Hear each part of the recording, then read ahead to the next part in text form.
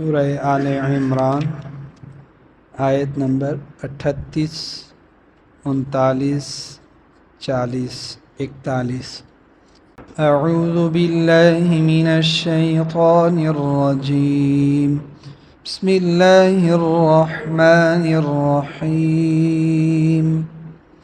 هنالك دعا زكريا ربه قال رب هب لي من لدنك ذرية طيبة إنك سميع الدعاء فنادته الملائكة وهو قائم يصلي في المحراب أن الله يبشرك بيحيى مصدقا بكلمة من الله وسيدا وحصورا ونبيا من الصالحين قال رب أنى يكون لي غلام وقد بلغني الكبر وامرأتي عاقر قال كذلك الله يفعل ما يشاء قال رب اجعل لي آية قال آيتك ألا تكلم الناس ثلاثة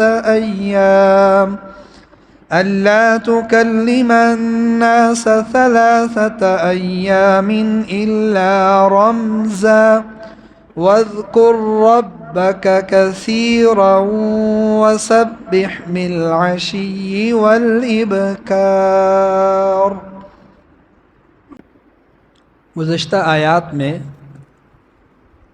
اماں مریم علیہ السلام کے متعلق اور ان کی پرورش اور ان کی پیدائش کا واقعہ بیان ہوا، اور اس میں حضرت زکریا علیہ السلام کی اس میں جب قرآن نکلا ان کے نام پر تو انہوں نے ان کی کفالت کی اور ان کو ایک کمرے میں ان کو جگہ بنا کر دی۔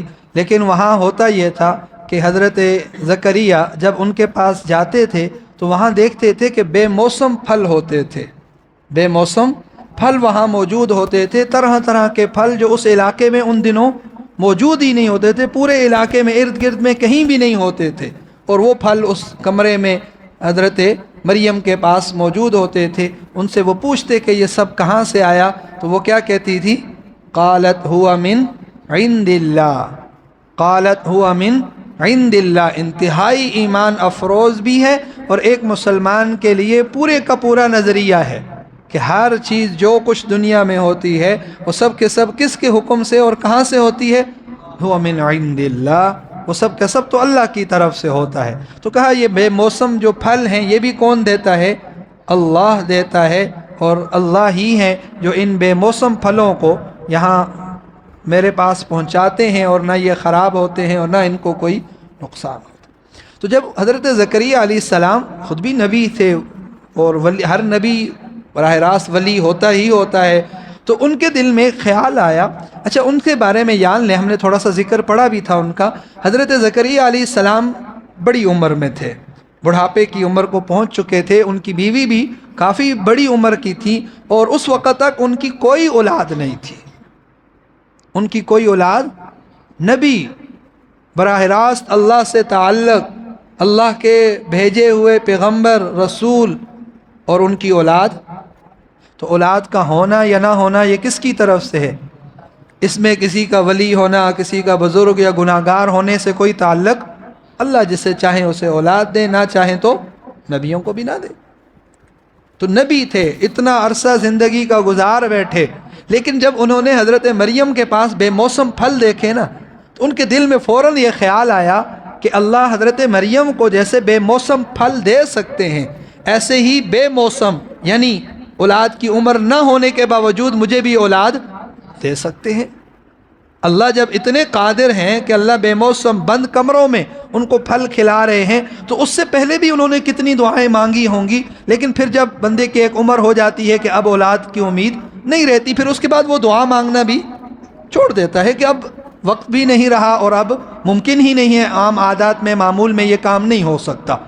تو ہو سکتا ہے انہوں نے اس وقت پھر دعا بھی نہ کر رہے ہوں۔ تو جب انہوں نے یہ چیزیں دیکھی کہ ایک خرق عادت خلاف معمول پھل آ رہے ہیں، ان کو وہ کھا رہی ہیں، تو اللہ بے موسم یعنی بے موقع اور زمانہ اور عمر نہ ہونے کے باوجود اللہ مجھے بھی اولاد پھل دے سکتے ہیں، تو انہوں نے اللہ تعالیٰ سے فوراً دعا مانگی۔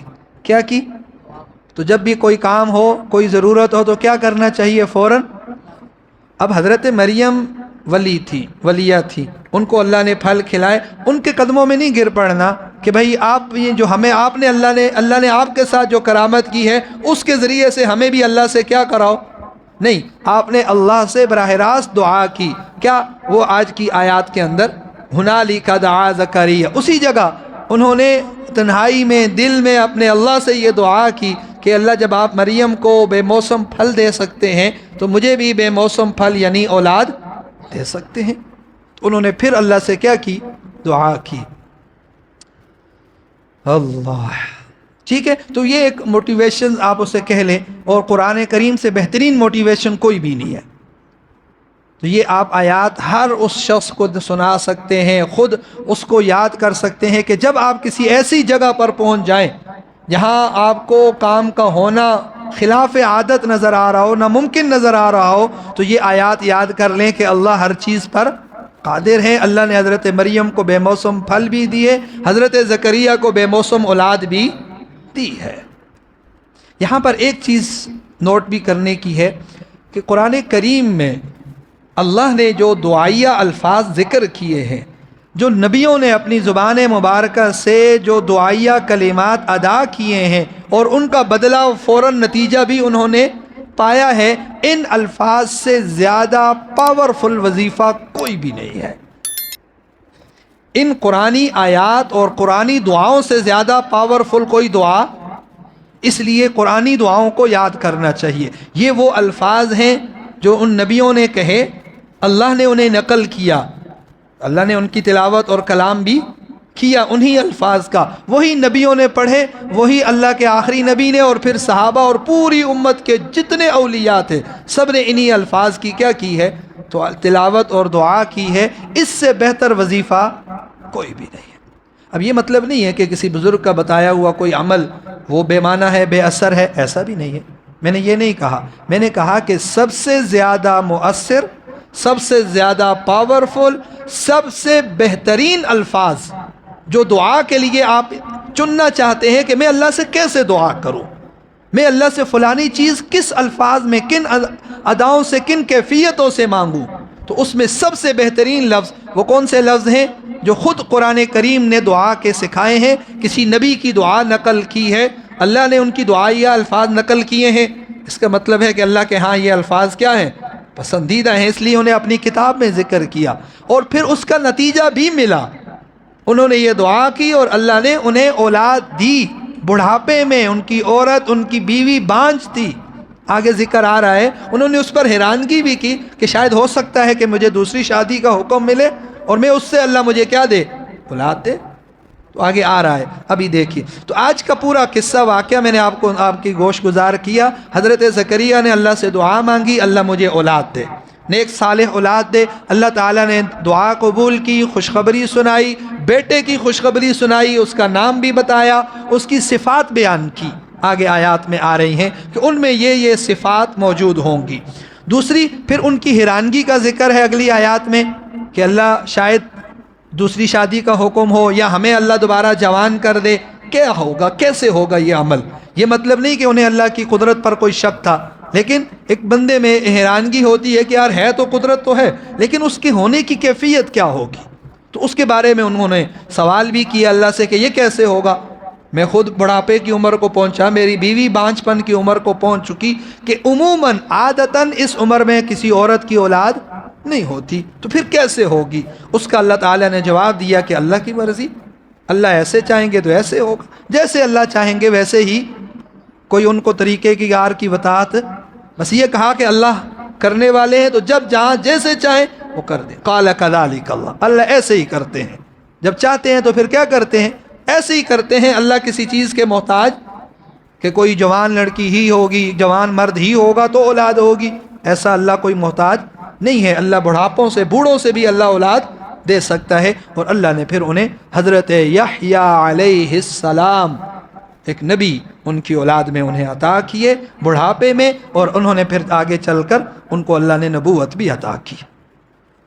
قال ربی جعل لی آیا، تو ایک علماء نے یہ بھی لکھا ہے کہ انہوں نے یہ سوال کیا کہ اے اللہ، جب میری اولاد کی مجھے امید لگ جائے گی، میری عورت امید سے ہو جائیں گی، تو مجھے کوئی نشانی بھی بتائیے تاکہ میں اس نشانی کو دیکھ کر آپ کی اس نعمت پر کہ جو آپ مجھے بڑھاپے میں دینے والے ہیں اس پر مزید اللہ آپ کا شکر ادا کروں، آپ کی نعمتوں پر مزید شکر ادا کروں، اور تاکہ پھر میری ان نعمتیں میں اور برکت آ جائے، میں ان نعمتوں کا مزید مستحق بن جاؤں۔ اس کے لیے انہوں نے نشانی مانگی، اللہ نے انہیں نشانی بھی دی کہ تم 3 دن تک کسی سے بات نہیں کر سکو گے، ہاں ذکر اذکار اللہ کی یاد کرنا چاہو گے تو کر لو گے۔ یہ آپ کی نشانی بھی ہوگی، اور آپ کی جو چاہت ہے کہ مجھے نشانی بتائی جائے تاکہ میں آپ کی اور حمد و ثنا کروں اور آپ کی تعریف کروں، آپ کی نعمتوں پر شکر کروں، وہ آپ کام کر سکو گے، یہی نشانی ہے۔ باقی آپ کی بات کرنے کی صلاحیت ختم ہو جائے گی۔ یہی نشانی ہوگی کہ آپ کی اولاد کا حمل، آپ کی بیوی کا حمل ہو گیا، آپ کو اولاد ملنے کا وہ ہو گیا۔ تو اس معاملے کو آج کے اس پورے میں یہی ذکر ہے۔ اب دیکھیے قرآن کی آیات میں، ہنالک، اس موقع پر جب انہوں نے ان کو دیکھا حضرت مریم کو، تو ہنالک، اسی جگہ اسی موقع پر، دعا زکریا ربا، حضرت زکریا نے اپنے رب کو پکارا۔ دعا زکریا، دعوت، بلانا، پکارنا، آ جاؤ، تو دعوت، دعا بلایا، پکارا اللہ کو، کس نے؟ حضرت زکریا نے، ربہ، کس کو پکارا؟ اپنے رب کو، فوراً اپنے رب سے یہ دعا کی۔ کیا دعا کی؟ قال، فرمانے لگے، ربی ہب لی، اے میرے رب، ہب لی، مجھے عنایت کیجئے، ہبہ کیجئے، عطا کیجئے، من لدن کا، خاص اپنی طرف سے، من لدن کا پیچھے بھی یہ لفظ گزرا ہے، اپنے پاس سے اور اپنی طرف سے، ذریتن، اولاد، اولاد بھی کیسی؟ طیبہ، اچھی اور پاکیزہ اولاد ہو، نیک اور صالح ہو، گناہوں سے اور برائیوں اور نافرمانیوں سے کیا ہو؟ پاک اور صاف ہو۔ اللہ مجھے اولاد بھی دے، اور ذریتن طیبہ، پاک اور اچھی اولاد عطا فرما۔ انک سمیع الدعاء، اللہ آپ دعاؤں کو سننے والے ہیں اور آپ ہی قبول کرنے والے ہیں۔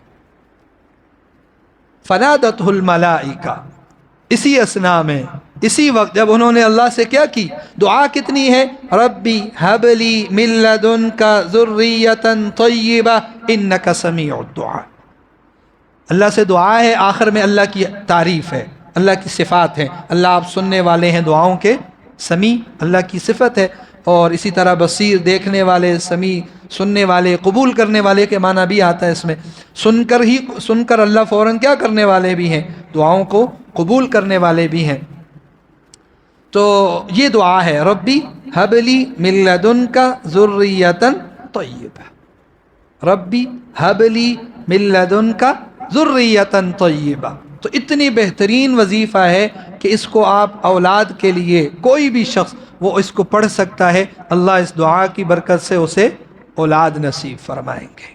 اس سے زیادہ بہتر وظیفہ کوئی بھی نہیں ہے۔ قرآنی الفاظ اللہ کی طرف سے سکھائے ہوئے، نبیوں کے بولے ہوئے وہ الفاظ اور دعائیہ کلمے، جس کا نتیجہ ہم نے 100% دیکھا ہوا ہے نا، کہ ان کو اللہ نے پھر اولاد اس دعا کی برکت سے دی تھی۔ فنادتہ الملائکہ، پس پکار کر کہا، نادا، نادا بھی پکارنے کو ہی کہتے ہیں، ندا اردو کا لفظ استعمال ہوتا ہے، ندا کرنا، کسی کو پکارنا۔ فنادتہ الملائکہ، پس پکار کر کہا ان کو فرشتوں نے، وہو قائم یصلی فی المحراب، کب کہا، کہاں کہا؟ اس حال میں کہ وہ کھڑے نماز پڑھ رہے تھے محراب میں۔ وہ کیا کر رہے تھے؟ نماز پڑھ رہے تھے محراب میں۔ محراب پیچھے بھی یہ لفظ گزرا ہے، محراب سے مراد یہ والا محراب نہیں ہے۔ محراب ایک چبوترے ٹائپ کی جگہ کو اور تھوڑی سی جگہ مختص کی جاتی تھی عبادت کے لیے، اس کو کہا جاتا ہے، یہ والا محراب نہیں ہے۔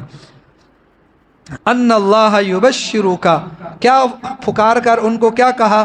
ان اللہ، بے شک اللہ تعالی، یبشرک، آپ کو خوشخبری سناتے ہیں، بیحییٰ، ایک بیٹے کی جس کا نام ہوگا یحییٰ۔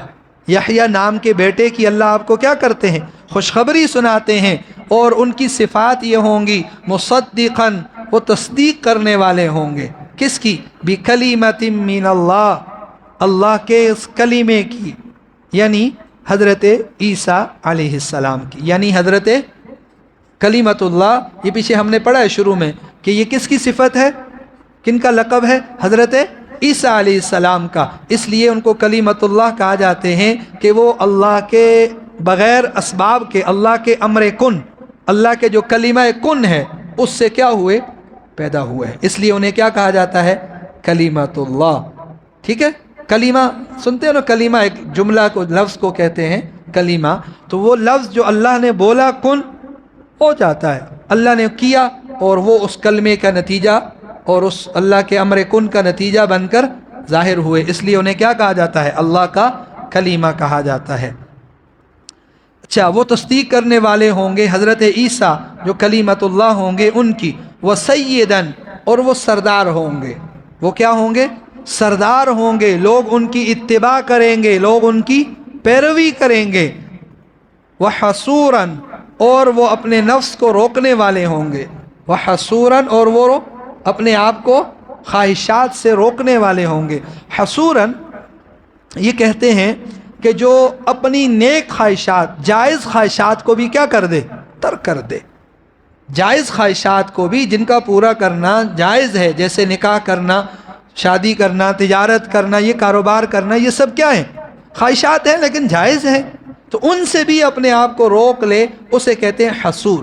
یہاں پر حضرت یحییٰ کی ایک مدح کے طور پر یہ صفت لائی گئی ہے کہ وہ نکاح سے بھی اور خواہشات سے کیا ہوں گے؟ اپنے نفس کو جائز خواہشات سے بھی روکنے والے ہوں گے۔ یہاں یہ یاد رکھیں، اگرچہ یہ صفت ہے لیکن اس شخص کے لیے جس کو بالکل بھی دنیا کی کوئی رغبت نہ ہو، آخرت کا اتنا غلبہ ہو کہ اسے دنیا کی کسی ضرورت کی حاجت نہ ہو، اتنا ان پر آخرت کا غلبہ ہو جیسے حضرت یحییٰ پر تھا، انہیں دنیا سے کوئی سروکار نہیں تھا، اس لیے یہ واحد وہ نبی ہیں جنہوں نے شادی نہیں کی ہے، واحد وہ نبی ہیں جنہوں نے شادی۔ یہاں یہ بھی بتائیں آپ کے معلومات کے لیے، حضرت عیسیٰ علیہ السلام نے بھی نہیں کی ہے، حضرت عیسیٰ علیہ السلام نے بھی رفع الی السماء سے پہلے شادی نہیں کی تھی، لیکن وہ واپس جب دوبارہ آئیں گے تو کیا کریں گے؟ آ کر شادی کریں گے۔ وہ کیا کریں گے؟ شادی، واپس جب دنیا پر نازل ہو، قیامت میں، قرب قیامت میں دوبارہ جب اتریں گے زمین پر تو پھر وہ کیا کریں گے؟ شادی کریں گے۔ بہرحال یہاں شادی نہ کرنا، شادی ہمارے آج کل کے نوجوانوں کا ایک پسندیدہ جملہ بھی ہے اور ان کا پسندیدہ موضوع ہے، لیکن یہ بات یاد رکھیں یہاں شادی نہ کرنا ان کی صفت کے طور پر بیان ہے، لیکن یہ پہلے نبیوں میں تھا۔ ہمارے نبی کی سنت یہ ہے کہ نکاح کرنا، کاروبار تجارت میں شریک ہونا، یہ اللہ کے نبی کی سنت ہے۔ اللہ کے نبی صلی اللہ علیہ وسلم کی ایک حدیث ہے کہ آپ نے نوجوانوں کو شادی کا حکم دیا، اگر تم شادی کی استطاعت رکھتے ہو تو تم شادی کرو، کیوں؟ تاکہ میں تم پر فخر کرنے والا ہو جاؤں، میں تم پر کیا کروں؟ تمہاری کثرت کی وجہ سے، میری امت کے زیادہ ہونے کی وجہ سے میں تم پر کیا کروں گا؟ فخر کروں گا کہ یہ اتنی زیادہ، ساری کی ساری میری کیا ہے، اور یہ امت کیسے زیادہ ہوگی؟ نکاح کے ذریعے سے ہی ہوگی۔ تو اس لیے، اور ایک دوسری حدیث میں اللہ کے نبی صلی اللہ علیہ وسلم کا ارشاد ہے، النکاح من سنتی، یہ میرا طریقہ ہے، میری عادت اور میری پسند چیز ہے، میرے راستہ اور میرا طریقہ ہے، اس کو جو اختیار نہ کرے، من اعرض عن ذکری، نہیں، النکاح من سنتی، اور دوسری حدیث میں ہے فمن رغب عن سنتی فلیس منی، جو شخص میرے طریقے اور میرے راستے سے کیا کرے؟ منہ موڑ لے، اعراض کرے، اسے اختیار نہ کرے، فلیس منی، وہ تو میری امت، میری جماعت میں سے ہے ہی نہیں، ہم میں سے ہے ہی نہیں، وہ کسی اور خاندان کسی اور جماعت سے حصے دار ہوگا، اس کا ہم سے کوئی تعلق. یہ صرف نکاح سے ہی ہم پڑھتے ہیں، لیکن یہ ہے کہ اس کو آپ کسی بھی عمل کے اس کے لیے لے سکتے ہیں. فمن رغب عن سنتی، جس شخص نے اللہ کے نبی کی کسی بھی سنت سے، کسی بھی سنت اور طریقے سے اعراض کیا جس کا کرنا ضروری تھا، اس کا اعراض کرنا، اعراض کرنا اس کو امت محمدیہ کے استحقاق سے باہر کر دے گا، اس لیے کہ اسے اس نبی کا طریقہ ہی پسند. تو اس کے باوجود ہم یہ سوچ لیں کہ جہاں ہم نکاح کے معاملے میں اللہ کے نبی کی سنت کا اتباع ضروری ہے. اچھا، ہم اس میں یہ بھی سوچ سکتے ہیں، یوں بھی کہہ سکتے ہیں کہ ہم جتنے نکاح کرتے ہیں، جتنے بھی نکاح ہمارے ہاں اب ہوتے ہیں، ان میں تو اللہ کے نبی کے طریقے کی ایسی کی تیسی. تو فمن راغب عن سنتی ہے یا نہیں؟ نفس نکاح تو ہے، لیکن نکاح کرنے میں بھی تو اللہ کے نبی کا ایک طریقہ تھا نا، ایک سنت تھی. ہم نے اس سے کیا کیا؟ اعراض کیا، اور یہود و نصارہ کے سارے طریقوں کو ہم نے اپنے نکاحوں میں لا کر رکھ دیا. تو یہ بھی ایک قسم کا سنت سے اعراض ہے. نفس نکاح بھی سنت ہے، اور ایک طریقہ جو اس نکاح کے لیے بتایا گیا ہے وہ بھی سنت ہے. تو اگر نکاح سے اعراض کرے پھر بھی یہی وعید ہے، اور جو نکاح کے اندر اللہ کے نبی کے طریقے سے اعراض کرے وہ بھی کیا ہے؟ اس وعید میں داخل ہوگا. کتنی غضب کی بات، کتنی افسوس اور حسرت کی بات ہے. ہماری آج کی کوئی شادی ایسی نہیں ہے جو حضور کے طریقے کی اعراض کے ساتھ نہ ہوتی ہو. بلکہ اب تو کہتے ہیں جی کیا ہے، 4 بندے سائیڈ پہ بیٹھ کے نکاح کر لیں، باقی شادی ہم حال میں کریں گے. نکاح کیا کر لیں؟ 4 بندے